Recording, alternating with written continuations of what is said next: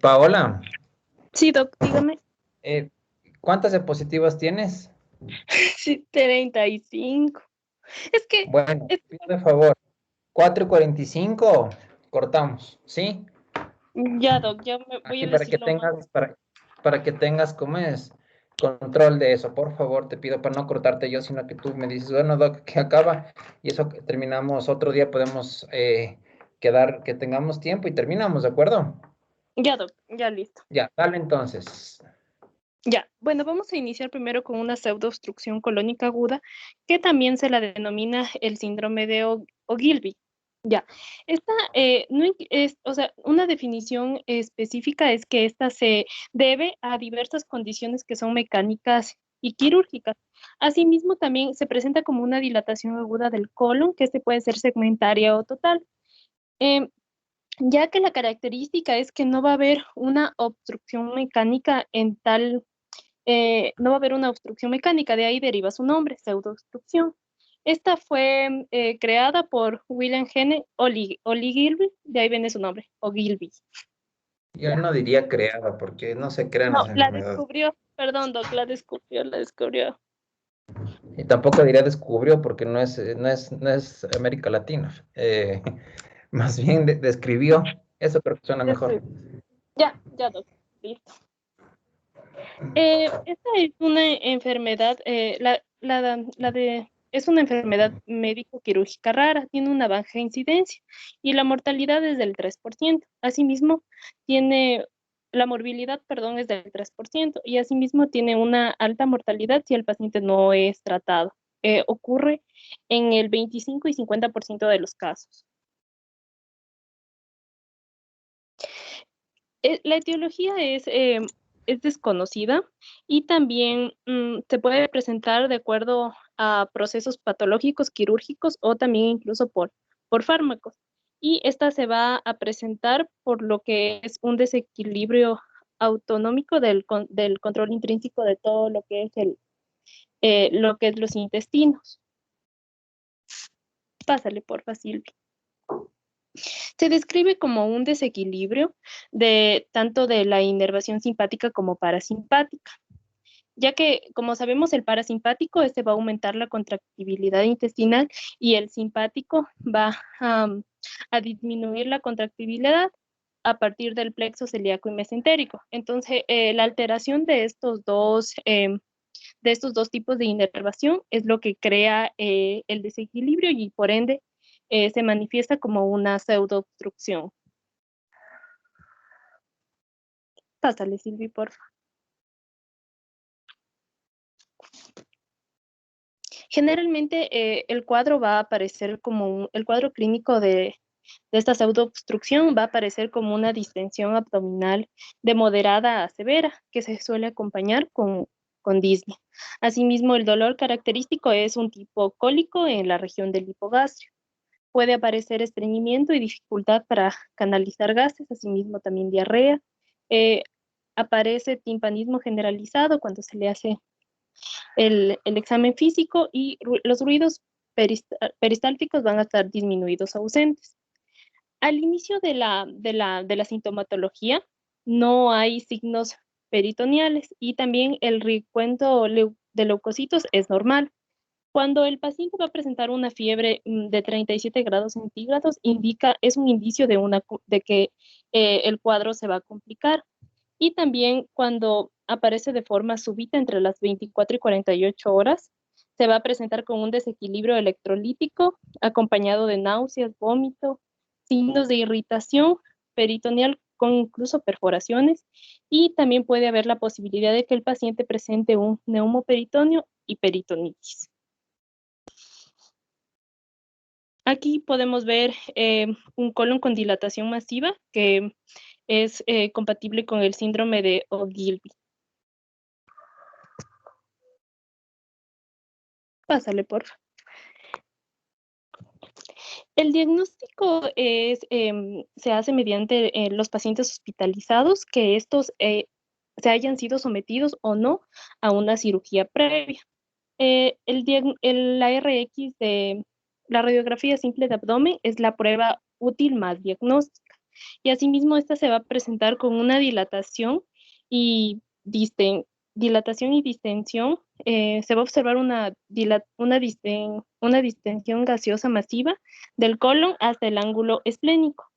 Y también podemos observar una distensión moderada del intestino delgado y puede aparecer incluso edema en la pared.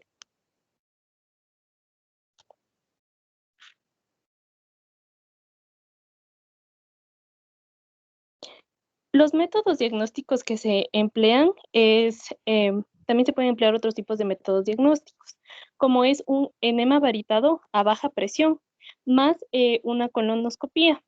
Esto se va a observar con ausencia de la lesión en la luz del colon. También podemos emplear, si el paciente tiene un cuadro clínico de 3 a 7 días, radiografías de abdomen seriadas, más esto nosotros vamos a observar que va a haber un aumento del volumen del colon derecho. Asimismo, también podemos observar una tomografía computarizada. Esta es más detallada para el diagnóstico y también se pueden realizar lo que es radiografías intervencionistas. Pero estos dos tipos de pruebas se tienen que emplear cuando existen complicaciones o hay recidivantes por parte del cuadro clínico del paciente. Pásale, Sirvi, porfa. Ya. Para el tratamiento tenemos que poner tanto si el paciente se encuentra en una fase progresiva que este incluye de 3 a 7 días con un diagnóstico, vamos a emplear un manejo conservado. O si se encuentra en una fase súbita de 24 a 48 días con diagnóstico y vamos a emplear un manejo de urgencias. Cuando hablamos de medidas conservadoras, tiene que ser basado en una dieta que sea absoluta, también sondas nasogástricas y rectales, una reposición hídrica y recuperación electrolítica y también revisar los fármacos. Hay que emplear de acuerdo al diagnóstico del paciente un tratamiento farmacológico. ¿Cuándo empleamos este tratamiento farmacológico? Cuando a partir de 24 y 48 horas no ha presentado lo que es mejoría, también si existen complicaciones o si observamos en la radiografía de abdomen, que existe un empeoramiento de la distensión. También lo que se mencionaba es que se debe emplear el tratamiento farmacológico cuando exista la dilatación cecal de más de 10 centímetros. Y también podemos emplear lo que es una descompensación endoscópica o quirúrgica. El fármaco que vamos a dar para este tipo de pacientes es la neostigmina, de 1.5 o a 2.5 miligramos endovenoso, en pacientes que se encuentren monitorizados. ¿A qué tipo de pacientes no vamos a dar este medicamento? A aquellos que presenten obstrucción intestinal, isquemia o perforación, también en mujeres embarazadas, personas que presenten arritmias cardíacas y no estén controlados, personas con broncoespasmo grave o insuficiencia renal cuando la creatinina tenga un valor mayor a 3 miligramos por decilitro.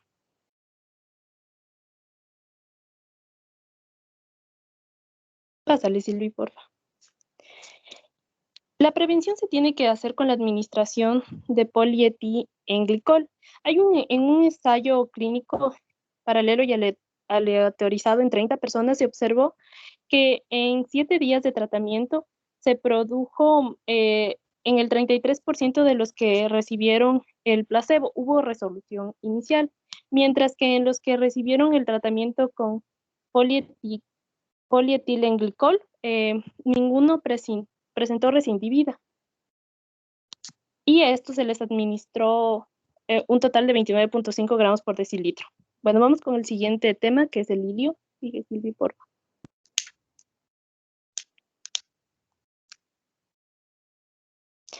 El ilio es una afectación en la cual el intestino no funciona de manera correcta, pero cabe recalcar que no existe un problema estructural de base, es decir, que hay un fallo funcional. Un ejemplo de este tipo de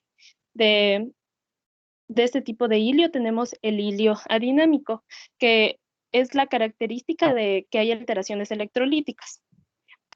La causa más común es una cirugía abdominal, aunque existen también otras causas, como la inflamación intraperitoneal o retroperitoneal, que es la apendicitis, también por hematomas retroperitoneales o intraabdominales, como un traumatismo, por trombos metabólicos, como una hipopotasemia, medicamentos que son los opioides, o también por patologías renales o torácicas, como una fractura de costilla, por ejemplo.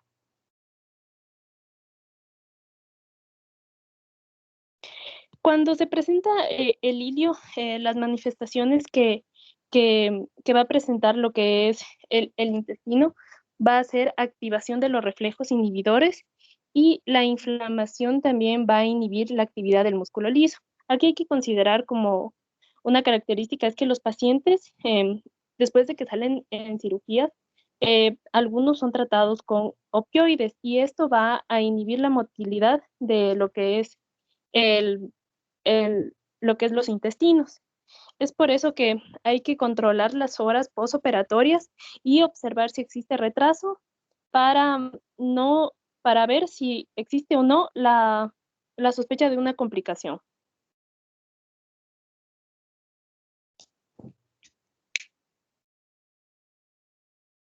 Dale, Silvi, porfa, la siguiente. El cuadro clínico. El dolor va a ser un dolor moderado, asimismo va de inicio solapado. Este es un dolor difuso y no va a emitir gases. Va a tener aumento de la distensión abdominal. Los vómitos también son presentes y el estado general del paciente se encuentra intranquilo y nervioso. Para el diagnóstico del ilio tenemos que basarnos en lo que es la analítica. Asimismo va a presentar un silencio auscultatorio. El RX de abdomen es la principal prueba diagnóstica y esto nos va a ayudar a permitir valorar cómo se encuentra nuestro paciente. Sigue, Silvi, porfa.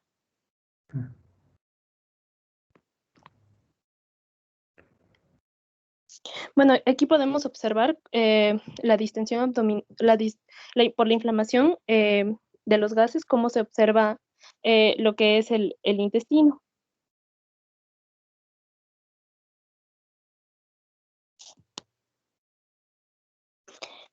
En el tratamiento vamos a realizar un tratamiento conservador y este se va desde que... Paola, chicas, Sí, ¿a doc. ustedes les dieron tal vez clases de radiología? Sí, doc. Sí, doc. Sí, eso es importante, porque en la diapositiva que se presentó anteriormente, en la del abdomen, ahí Ya, tienen que doc. ustedes tienen que analizar bien cuando hay dilatación de las asas y cuando hay edema interasa. No sé si puedes regresar tal vez. Sí, doc. Ya, por ejemplo, aquí, no sé, pues se puede, no, sí se ve lo que yo muevo. Sí, doc. Ya, esto de aquí se llama edema interasa, no sé si pueden ver. Si ven, edema interasa, podemos ver que aquí está, esto es el colon, ¿de acuerdo? El colon y también está también aparentemente parte también dilatado lo que es el intestino delgado. Entonces es importante que ustedes cuando vean esta imagen, me imagino que ya vamos a hablar del tratamiento, siempre lo que se tiene que hacer aquí, pero aquí quiero que vean que esto es un edema interasa, ¿no? Y que eso, el paciente, si es que se queda muchos días así, dilatado, puede comenzar a sufrir el intestino. Entonces ahí lo que tendríamos que mandar a hacer es una gasometría y ver el lactato cómo está. ¿De acuerdo? Eso, chicos. Dale, por favor. Ya, doc.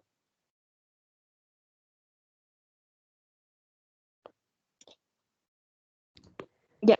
Bueno, vamos a tener en el tratamiento, tiene que ser mediante un ingreso hospitalario porque hay que tener control del paciente.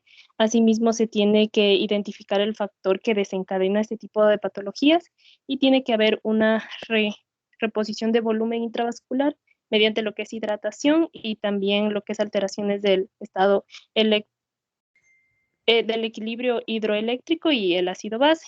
Tiene que haber también un reposo digestivo. Es por eso que al paciente se le tiene que colocar una sonda nasogástrica. Analgesia y antibioterapia en casos de que el paciente presente signos de infección. En caso de que haya complicaciones tal como isquemia intestinal y perforación, tenemos que optar por una laparotomía urgente para valorar el estado clínico del paciente y de ser necesario que entre a cirugía general, a cirugía.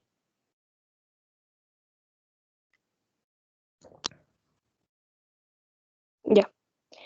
A continuación vamos a hablar de una obstrucción intestinal general.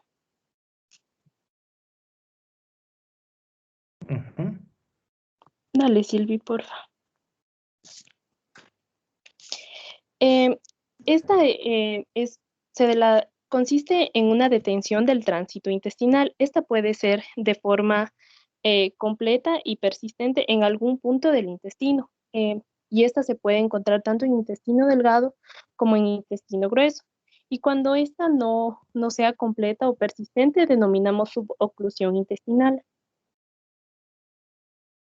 Vamos a encontrar en el 1 al 3% de todas las hospitalizaciones este tipo de patología, y asimismo en el 25% de todas las hospitalizaciones urgentes se va a encontrar presente.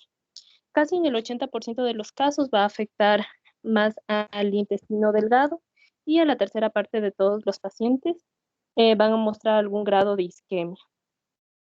La tasa de mortalidad con pacientes que presenten estrangulamiento en los intestinos y de los cuales son operados durante las primeras 24 o 48 horas tras el inicio de los síntomas, suele ser cercana al 8%, pero si esta se produce después de las 30 horas, se triplica la tasa de mortalidad.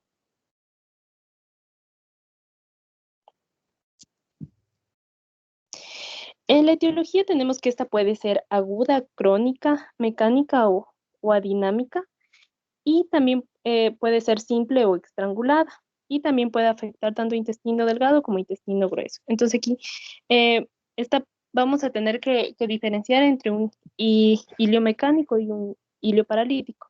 Lo que estaba leyendo es que existe relación entre denominar una obstrucción intestinal de un hilio mecánico, ya que aquí ya que existe el obstáculo del paso del contenido intestinal, y también aquí puede existir un compromiso vascular. Entonces, cuando hablamos de un hilio paralítico, es que no hay una verdadera interrupción intestinal, sino que puede presentarse una detención o un enlentecimiento.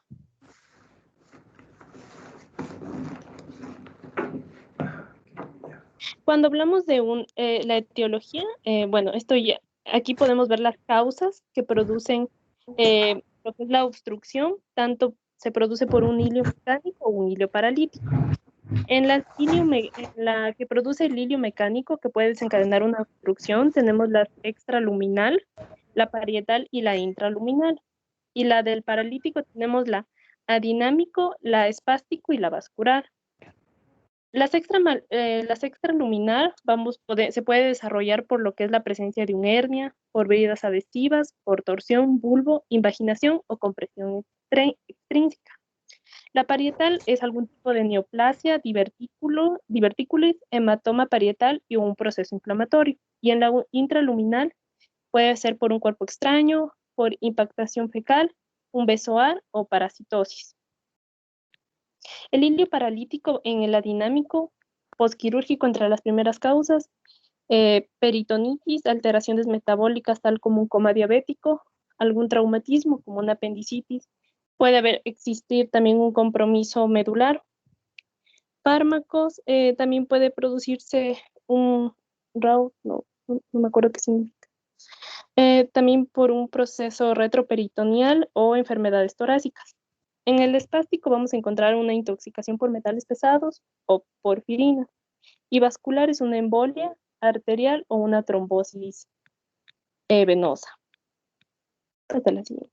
Bueno, aquí cuando se produce lo que es la fisiopatología de una obstrucción intestinal, va a aparecer primero lo que es la detección del tracto gastrointestinal. ¿Esto qué va a producir? Va a producir que haya un aumento y acúmulo del contenido intestinal, haya una disminución de la absorción y haya una creación de un tercer espacio. que esto se va a manifestar con tres características. Se va a manifestar con que haya aumento de la que es aumento de bacterias, es decir, una proliferación bacteriana, también un aumento de la presión intraluminal porque está ocupando espacio, y asimismo edema y éstasis venoso. Cuando la proliferación bacteriana ya se vuelve patológico, esto va a producir una translocación bacteriana y por ende sepsis. El aumento de la presión intraluminal es porque ocupa espacio, va a mover ciertas estructuras y por ende va a distender órganos sensibles, produciendo lo que es una ruptura que puede liberar lo que es material. En este caso, puede producir una gangrena por perforación y lo que desencadena una sepsis. Cuando hablamos de edema y éstasis venoso, aquí va a haber una alteración hidroelectrolítica y lo que va a desencadenar una trombosis isquémica que finalmente dará una gangrena por perforación, desencadenando un cuadro de sepsis en el paciente.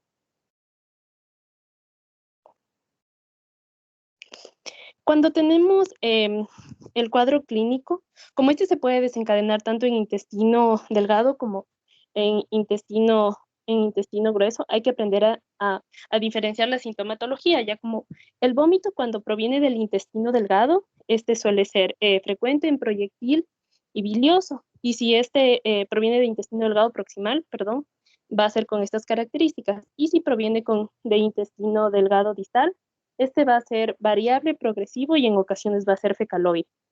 Cuando proviene de intestino grueso, vamos a obtener un vómito de variable fecaloide y cuando hay estrangulación del intestino de las asas, este va a ser variable. La distensión abdominal en el intestino delgado proximal no se encuentra marcada, pero en cambio en el distal sí es progresivo. En el intestino grueso, en el colon, este se encuentra marcado e incrementa progresivamente y cuando hay estrangulación suele ser variable. La sensibilidad abdominal en el intestino delgado proximal, esta es variable y localizada. En el colon es generalizada y progresiva. Y también cuando hay estrangulación se va a manifestar con localizado, generalizado y con signos de irritación peritoneal. El dolor cuando es proveniente del intestino delgado, este va a ser intenso, intermitente y disminuye con el vómito. En el colon va a ser constante y generalizado y cuando hay estrangulación va a ser intenso, constante y localizado. La siguiente, Silvia. En el diagnóstico hay que basarnos en lo que es la anamnesis del paciente. También vamos a realizar lo que es una bioquímica y hemograma.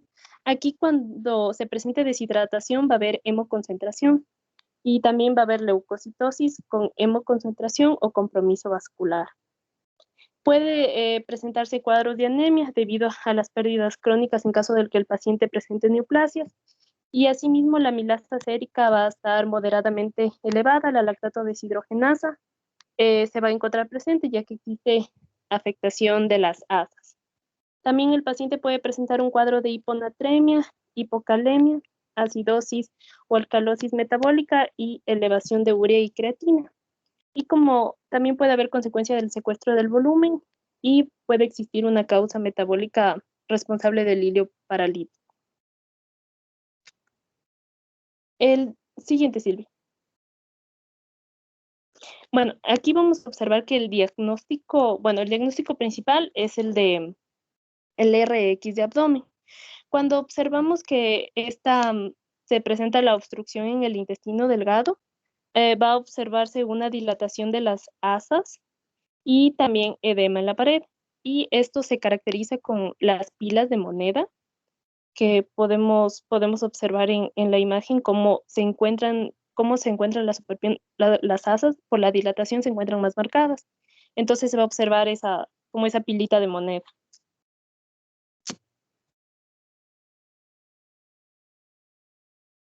Cuando hay obstrucciones colorectales, es decir, del intestino grueso, hay que primero valorar si existe o no una válvula iliocecal competente. Y si esta funciona, el gas se va a acumular principalmente en el colon. Es por eso que se tiene que valorar si esta está por encima de los 10 centímetros,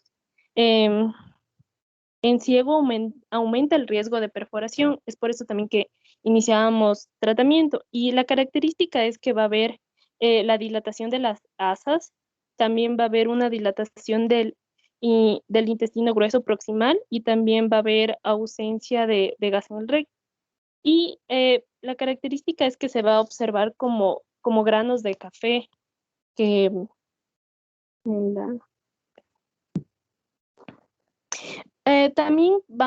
también decía que otro tipo de diagnóstico que se puede encontrar es la aerobilia. ¿En qué consiste?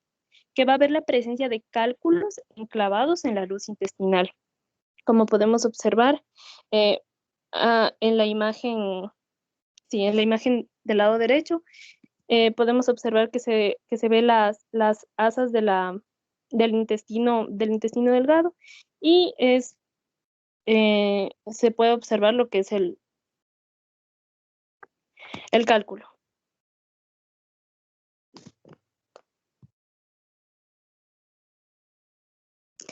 Eh, la ecografía abdominal también es una prueba diagnóstica, pero hay que tener cuidado porque esta podría presentar artefactos debido a lo que es la presencia de gas intestinal.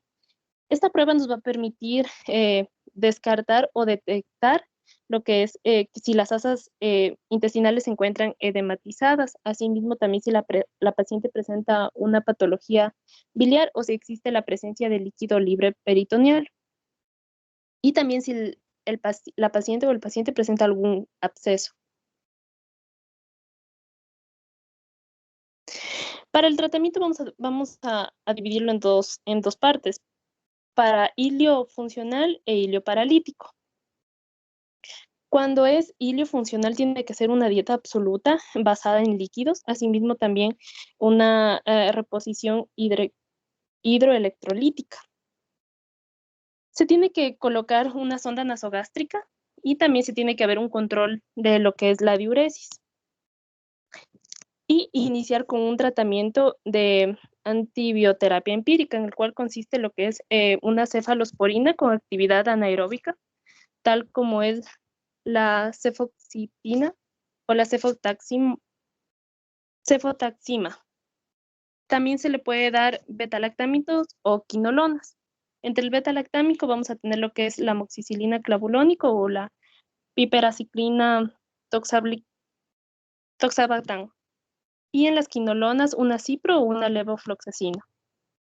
También se puede, o sea, todo depende, entre las 24 y 48 horas se tiene que valorar al paciente para ver si este no presenta una, una, un empeoramiento de los síntomas, ya que esto puede progresar en infecciones graves. En ese caso se recomienda el uso de carba, carbapenes, también de clindamicina o metronidazol más aminoglucósidos o clindamicina o metronidazol más una cefalosporina de tercera generación. O también se le podría incluir eh, una clindamicina o metronidazol más fluoroquinolonas. Si después de este tratamiento entre 24 y 48 horas el cuadro no mejora, se vuelve un paciente quirúrgico.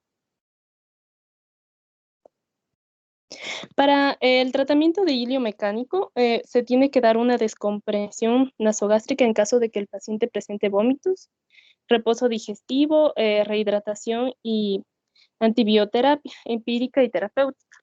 En caso de que exista una impactación fecal, eh, se producirá con eliminar este tipo de materia de forma manual o bien por enemas. Si se vuelve complicado, eh, o si se vuelve complicado o no hay estrangulación por hernia, se indicará un tratamiento quirúrgico para el paciente. La cirugía de urgencia debe ser máxima para evitar las complicaciones, sobre todo de que el paciente no presente algún cuadro de isquemia o un cuadro que sea una peritonitis. Ya, Doc, eso sería todo. Gracias. Perfecto. Quiero más o menos, entonces, más o menos dar un resumen de lo que es la pseudoobstrucción intestinal. Es una enfermedad rara, la verdad, la pseudoobstrucción intestinal, ¿sí? Eh, Puede haber problemas con los nervios, ¿sí? Con los músculos, con las células intersticiales de Cajal, que recordemos que las células intersticiales de Cajal son las células que marcan el ritmo de las contracciones intestinales, ¿sí? Puede haber una pseudoobstrucción intestinal idiopática o primaria, ¿sí? Que es de causa desconocida por obvias razones, y una secundaria que puede ser, como su nombre lo dice, secundaria a una afección médica o alguna cirugía como antecedente, ¿sí? Los objetivos del tratamiento, entonces, de una obstrucción intestinal, como tú habías hablado anteriormente, es la restauración de los movimientos intestinales normales del intestino, corrección de las deficiencias nutricionales, porque estos pacientes deben tener una deficiencia nutricional muy marcada.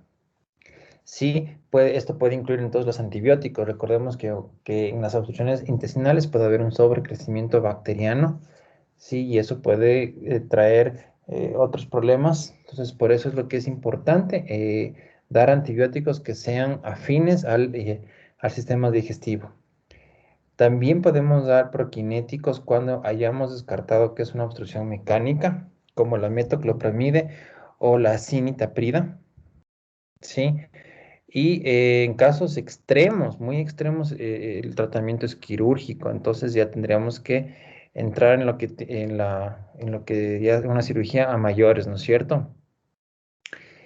¿Qué más podemos decir esto en un resumen eh, muy corto? Entonces, que este síndrome, el de Ogilvy, entonces básicamente es la existencia de una propulsión intestinal anómala que está detenida con ausencia de causas mecánicas, el Ogilvy, acordémonos eso, aunque la presentación clínica puede asemejarse a una obstrucción intestinal mecánica, por eso hay que saber hacer un correcto diferenciación en el uno y el otro, ¿sí?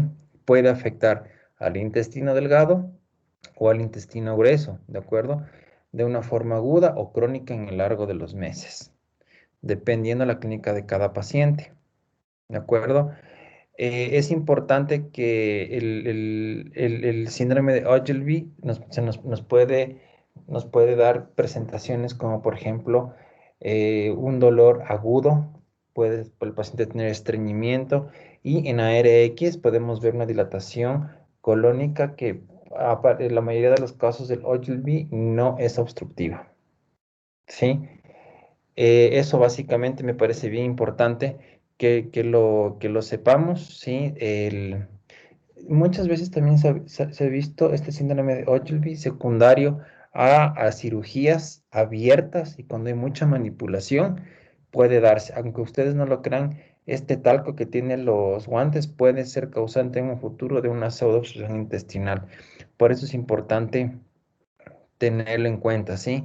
Entonces, entre los mecanismos fisiopatológicos que se ha propuesto para la pseudoobstrucción intestinal aguda, tenemos un excesivo tono parasimpático, ¿sí? Excitatorio, un excesivo tono simpático también inhibitorio, o sea, ahí están las dos.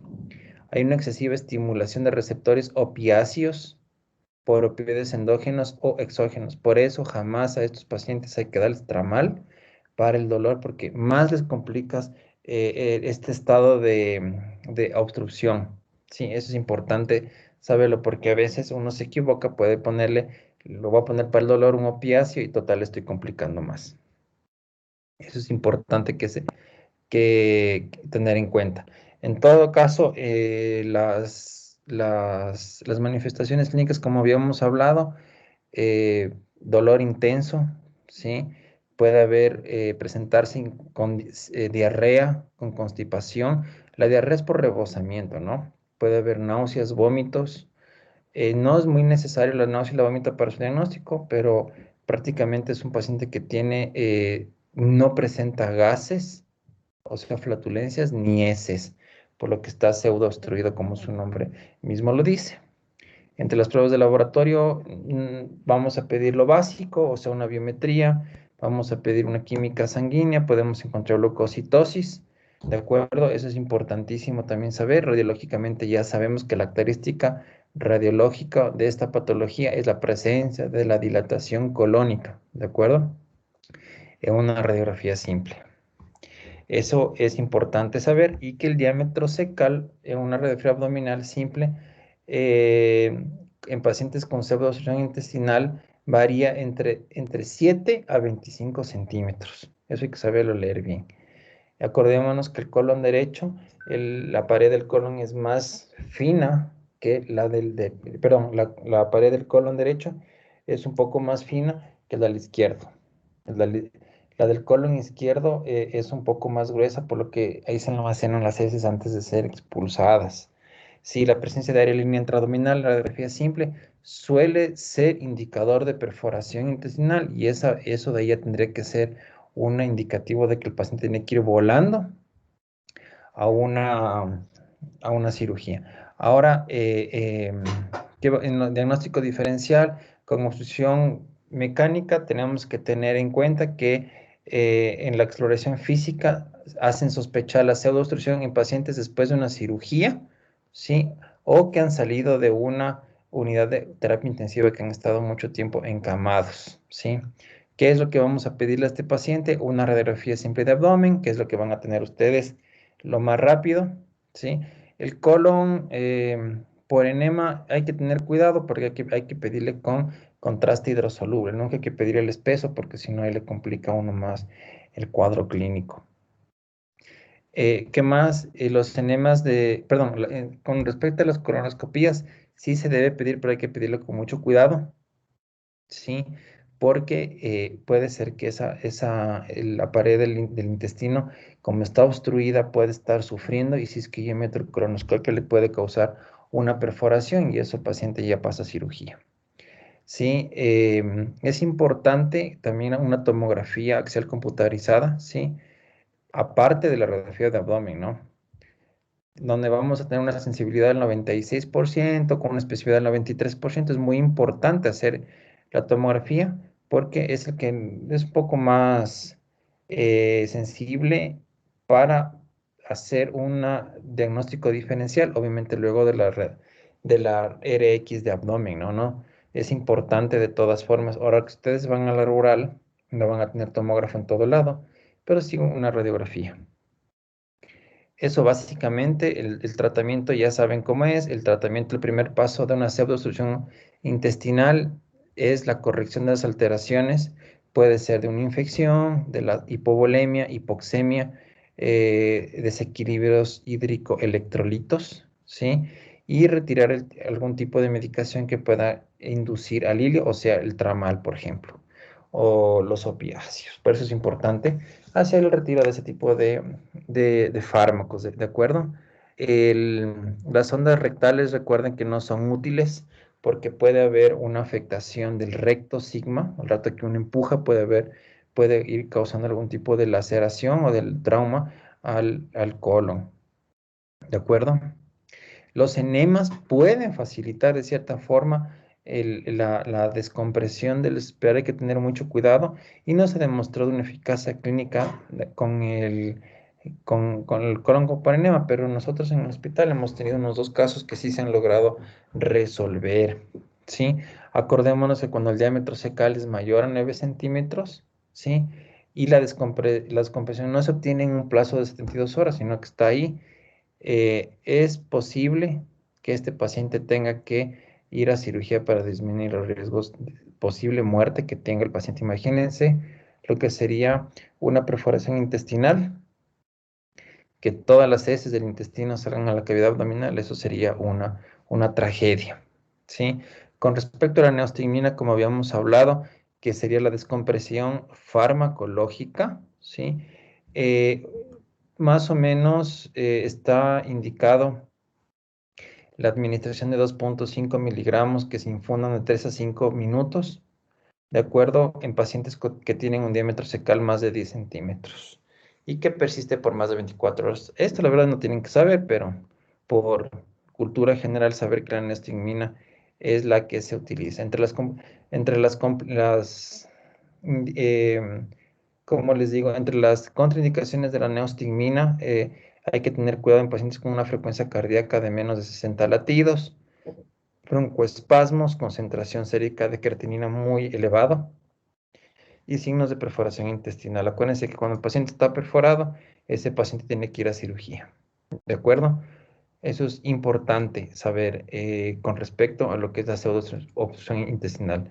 Con respecto al hilio paralítico, que es el otro tema, entre las causas más comunes, tenemos las peritonitis agudas, apendicitis, en el caso de en perforaciones ulceropépticas, que ya veremos luego, en enfermedades de la vía biliar, como una coledocolitiasis complicada, traumatismos abdominales, cólico biliar, ¿sí? Trastornos metabólicos como la cetoacidosis, una intoxicación etílica, ¿sí? Hemoperitonios, la isquemia intestinal, fármacos opioides o fármacos anticolinérgicos. El cuadro clínico principalmente es un dolor intenso, puede ser constante, ¿sí? Y que no es muy claro, el paciente no puede de alguna forma identificar muy claramente dónde es el dolor, sino que es muy generalizado. Entre los signos hay una ausencia de signos a la auscultación, puede presentarse una distensión abdominal que se traduciría como un meteorismo, ¿sí? Y una repercusión timpánica a la palpación, ¿sí? Profunda. En el caso de peritonitis puede haber un hígado en tabla y ese paciente tiene que ir prontamente a una cirugía. Acordémonos que en el ilio el diagnóstico lo más importante es reconocer una peritonitis, ya que un retraso en la cirugía puede poner en riesgo la vida del paciente, ¿sí? Por eso es importante actuar rápido. Entre las exploraciones que uno tiene que hacer o las medidas diagnósticas, mandar exámenes, obviamente una biometría, una química, tiempos, una ecografía en primer lugar, una radiografía simple de abdomen y finalmente, si es que no pueden llegar a la conclusión de qué es, hacer una laparoscopía en casos dudosos, una laparoscopía diagnóstica en casos muy dudosos, ¿de acuerdo? Entre los tratamientos del ilio, el paciente por lo general en ciertos casos, en unas 24 a 48 o 72 horas puede recuperar el tránsito, pero hay que saber primero que nada por qué, porque si es un ilio mecánico tendría que el paciente entrar a una cirugía, ¿sí? Es muy importante entonces diferenciar entre una causa metabólica de una causa quirúrgica, porque en la quirúrgica el paciente tiene que entrar a una cirugía para su corrección. Es importante saber también ciertas em, definiciones que me parecen muy importantes, y eso lo quisiera que ustedes lean, lo que es el SIRS, ¿de acuerdo? Porque eso ustedes van a ver en algunas otras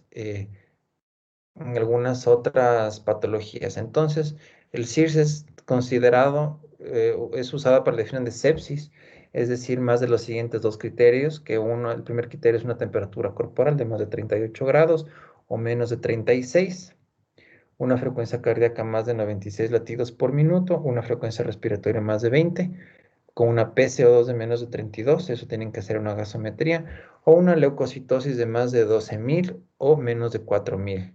¿De acuerdo? Eso yo pienso que es muy importante que ustedes sepan lo que es la definición de la enfermedad del SIRS, ¿de acuerdo? Entonces, temperatura, frecuencia cardíaca, frecuencia respiratoria, los leucocitos más de 12.000, menos de 4.000, es importante que se lo sepa. ¿De acuerdo, chicos? ¿Tienen alguna pregunta? Hola.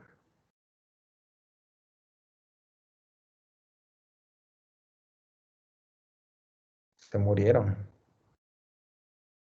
No, Doc, no hay No, ya. preguntas. Chévere, Hola. chicos. Voy a tener que dejarlos. La próxima semana quiero ver con ustedes lo que es úlcera péptica para ya entrar en lo que son el sangrado digestivo, que es algo muy importante y es algo que se le van a ver ustedes en la rural. De todas formas, Caro, hazme acuerdo para hablar mañana contigo. Yo te llamo para quedar con esto de las notas para ver cómo vamos a hacer. ¿De acuerdo? Doc. Chévere. Entonces, chicos, que tengan una linda tarde, estudien mucho. Igual, Gracias, Doc, que le Doc. vaya bien. Hasta luego. Ok, Gracias, luego, Chao, doc. doc.